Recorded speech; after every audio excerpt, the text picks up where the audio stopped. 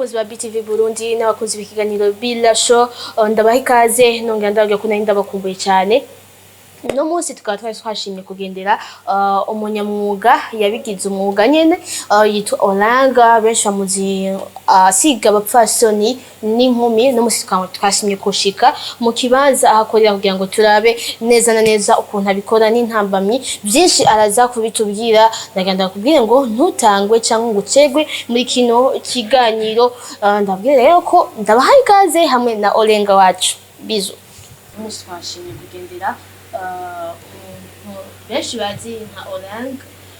siga bigeme cyangwa abapfasoni mugihe bashaka gushaza n'umusango twashimye kugendera na cyane ko ari ikintu tutamenyereye ku musore cyane azwi ibintu byo gusiga murabizi neza ko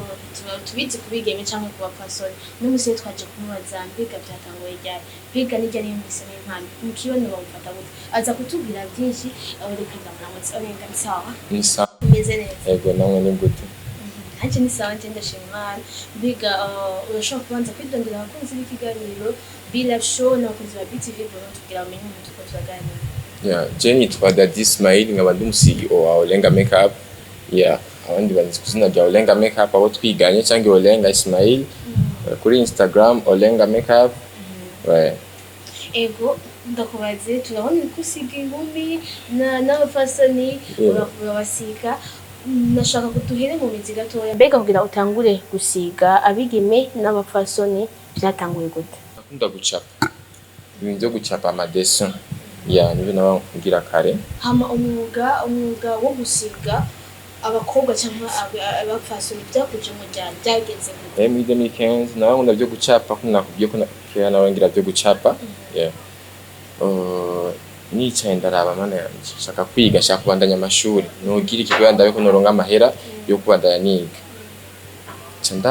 ndabona ko nzi gucapa neza bamaye ifoto y'umukobwa yishize maquillage ndayicapa nkayisubiramo neza cyangwa reka nese nagwe kuzandagira amakrayon naratangiye kuzandagira amakrayon buke ibindi byo nagenda byapika buke mu manani mu ma YouTube na Instagram. Na hano warabyize by'umwihariko cyangwa n'impano bisanzemo? No, sinakubwira ko nabyiza ahantu mugabo narangira ama classe napanda ama classe yo kwiga ama foundation uko bayakoresha ama poudre muko. Ico gihe wari ufise imyaka ingahe? 2022 19 je pense kuko aho narankorera muhira gusanga siga bagenzi banje. Après muri 2018 nacinangura rero kugira Olenga MAKE UP aza nugurura ngaha. Ko tuzi abavyeyi bakunda kubanira abana babo bakanabatorera ibyo biga mbega babonye utanguye gusiga inkumi n'abapfasoni muhiri wanyu bavyakiriye gute? Naje nakubwira ko mama wanje n'umwigisha yaramugoye gato yakubitahura mugabo hageze ko ndamwereka amafaranga y'uko ndakorera acabiga bandanya kugira byiwawe vraiment nangorane gushika ubu jinda cyari umunyeshuri niga muri Université Summit. Kandi ho nyene nakubwira ko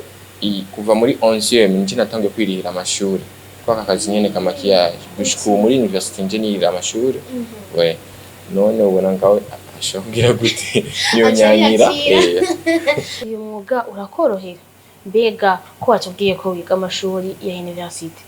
hari igihe batanga ibibazo mbega ho birakorohera gusiga inkumi n'abapasoni kandi uri ku ishuri ubigenza gute? Uripanga gusa na programme yawe ufise amahera urashobora ibintu byo byose ngaha ugapanga programme yawe y'ama examen bakaguha kwabira ko urakora usakaza ukora bakaguha programme nawe ukipanga programme yawe yo kunoza gukora. Nimba uza kwiga mu ijoro ugakora mu gatondo ni sawa, nimba uza kwiga mu gatondo ukore mu ijoro bivana rero no kunupanga ko niyo mpamvu nagize service booking. Umuntu wese aje ngaha aragira booking tukamuha amasaha no tukipanga ko tuza kwiga. Mu kibano barakunda ku critique abantu canke bakabafata kutariko nanyarigira umusore hari gihe avuga ati yagiye mu myuga y'abakobwa mbega mu mutwe hazagoma hari ivyiyumviro by'abakobwa gusa. Mu kibano ho bagufashe gute? Ndabereka ama challenge ayo ngira y'ubuzima naho navuye naho nshitse ubunyene ko numeze ama challenge barabona bonyene bakahinyishu. Mugabo kare byarangoye cyane gose abandi baguma bafata gusa nk'umupira umuntu asiga abakobwa nakimaza gushika ko gusa n'ibyo by'abagabo bakira uko nyene wonyene ndabitahuye mugabo abafise bya bivuye by'abakobwa n'abakobwa tumudufise tujambo twishi tuvuga blague twacu ariko tujye muhungu yafise blague z'abakobwa gusa abahungu na blague nizobura kubera niko kazi ukora utegeza kuba blague shabage abakobwa kubera bagukunde bakuzanira ya mahera ubasige ya kuko nokora akazi ngo ukumesirika ngo no ubis nuko nyene mugabo byarangoye kugira abanahure sinagenda bereka ama challenge murabo no musimfisi iki no musimfisi iki natinari mfise kera ubwo ndagifise ishobora kujaho nshaka hari hose nta basore bashobora kwinuba bavuga ati je nta n'ikintu nomubwira afise mind z'igikobwa no abantu bambera arabagenzi banje ubucane gose n'abasore gusa n'abandi bambwira bashobora kutubwira Paul tureke maquillage akandi kantu twokora basuronka amahera ko tubona we uri sharp nitubwiye ko ari maquillage nyine ukora ndabwira je ni maquillage gusa okay uhura n'abantu benshi uhura n'abakobwa benshi bashobora mu chauffeur urabona byose je ngahaza abantu benshi subwo ngo turashobora kuvugana gusa mind za maquillage n'ibindi ndashobora kubarangira n'akazi usuri babagenzi bawe bihura bishika bakagusaba ati olenga twigishe natwe kugira maquillage ya unarabigize n'akazi nabwiye muza n'amahera ndabigisha ndafise n'ama class nkora ngaho ugiye kuraba muri Instagram yanje biriho amafoto n'amavideo y'ama class ubu merutse kugira 4e edition mu misi head natazi n'ama certificat de participation mwuga wose natwe mu mwuga dukora ntihabura umuntu agucinege ntihabura umuntu akubwira ati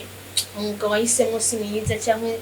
ikani bikubereye byo babyarigeze bakaguca intege ya byarigeze kandi umugenzi wanje ubu nawe ni maquillage byarageze arambwira ngo ikintu nagiye gutora by'abakobwa by'abakobwa nakimuza gushika ko mubireka après 2 jours cyane bambwira ngo yajya amaproduit yagurira he ndabwo yashaka ko ikingo shaka ndabitangure naje nace ndamukasaho nyene nawe ati nawe biragushikira ukibana hari imisore ushobora gusanga ari n'abagenzi bawe ariko bakaguma bavuga ati be olenga asigiye inkumi mu mutwe yiwe haguma ivyumvira by'abakobwa nta mpamvu yo gutuma tuguma tuganira bihora bishika bakakwigiza inyuma iyo bashaka kuganira biramaze kugushikira abavyeyi banje bamaze kunsuporta na famille abagenzi na kimwe bambwira niyo mpamvu ubona ndi unique nkora byibanje gusa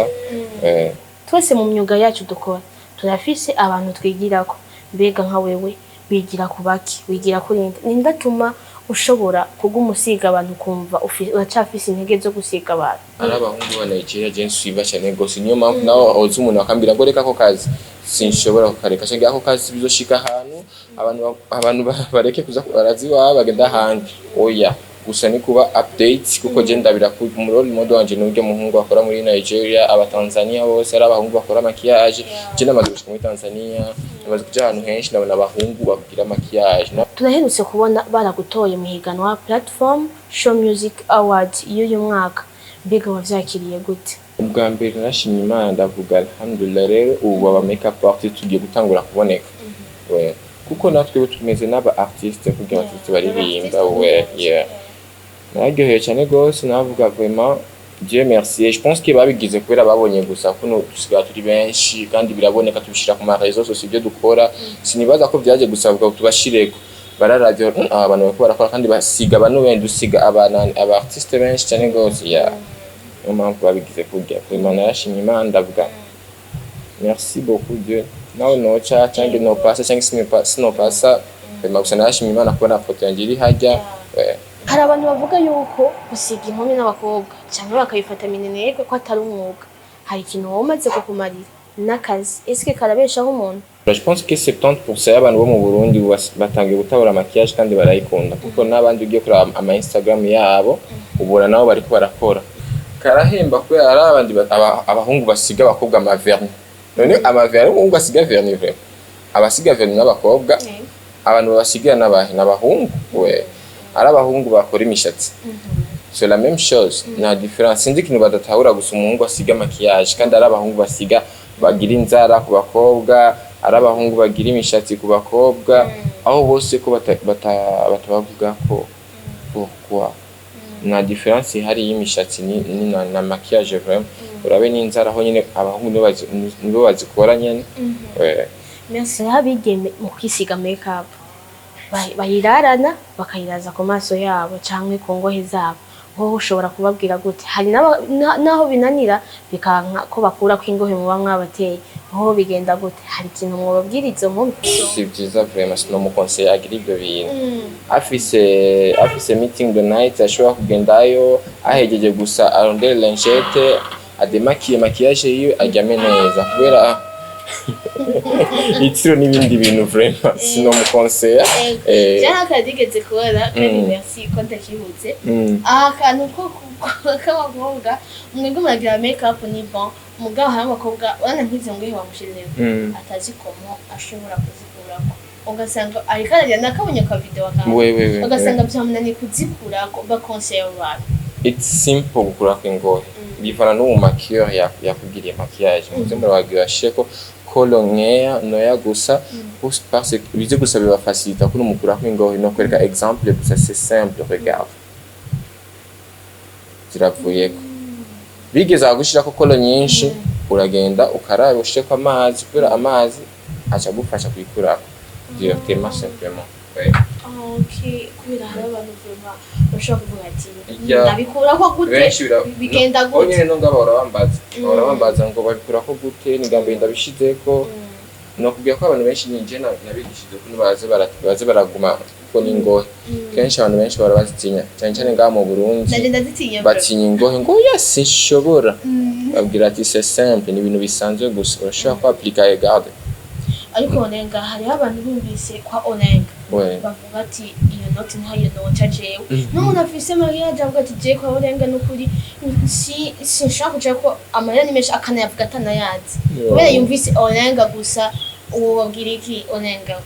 ni ibintu bisanzwe vraiment cyambere ushaka kwishaka note ni ibintu bisanzwe vraiment amarira ni make batangure basabe rendez-vous kuri Instagram cyangwa kuri nimero yacu ya WhatsApp bishikire ngaho tubabwira ama prix kubera benshi nuko nyene bavuga ndabizi mugabo basitse ngaho gusa baca bemera ni simple ibintu basiga ni byiza ibintu bakoresha ni original ayo mahera bategereza kuyaronka gusa tuyabahe booking iki mukora ibintu bimeze gute donc ni byahe ku buryo umuntu ashaka gutje nk'iki ngaho tugira maquillage tukabandika na perruque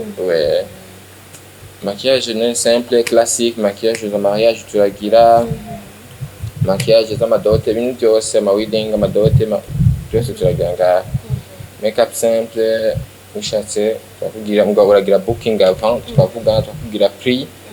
twaguha na adresse ukishikira ngaho hanyuma ndafise n'abantu nkoresha ngaho namaze kubigisha maquillage basiga nka jewe yage amafoto mbona kuri page je nyenda yasiga ndafise n'umuntu dukorana ngaho nawe arasiga ushitse ngaho utambonye jewe kuno mbona ngaho kuri televiziyo usanze uwundi ashobora gusiga neza cyane gose ngorane usanze ukoresha ama réseaux sociaux aya kugira ngo umuntu ashobore fise Instagram WhatsApp Twitter cyane Instagram no Facebook account ndasubiye kubivuga no Facebook account ari umuntu yigeze gupekinga Facebook ya Olenga Make Up kumasa bana mahera uyo si jewe vraiment na Facebook account je nkoresha izina niri kuma réseaux sociaux ni Olenga Make Up zose ni Olenga Make Up reka dashimire mubwe mwese reko mwako muradukurikirana ni kiganiro bila shonko mubizi ni ku munsi wa kane dusanzwe tukibashikiriza ndanizeza ko mwizi inkumi n'abafasani ni kwa Olenga ni hehe ni hariya mu Buyenzi ku ry'umunani inimero zine ni etage nziza cyane kandi ahantu turi nakayaga sinshaka kubabwira hanyuma muzi abasige mumere neza muse neza yego ushaka kuvuye kwisiga ucukubitira ku mazi lage naho cuba rero reka dashimire ko mwabanye nanje muri kino kiganiro naho kundi munsi wa kane ndabakunda cyane je wirakoze Ange Negrita asanzwe akibashikiriza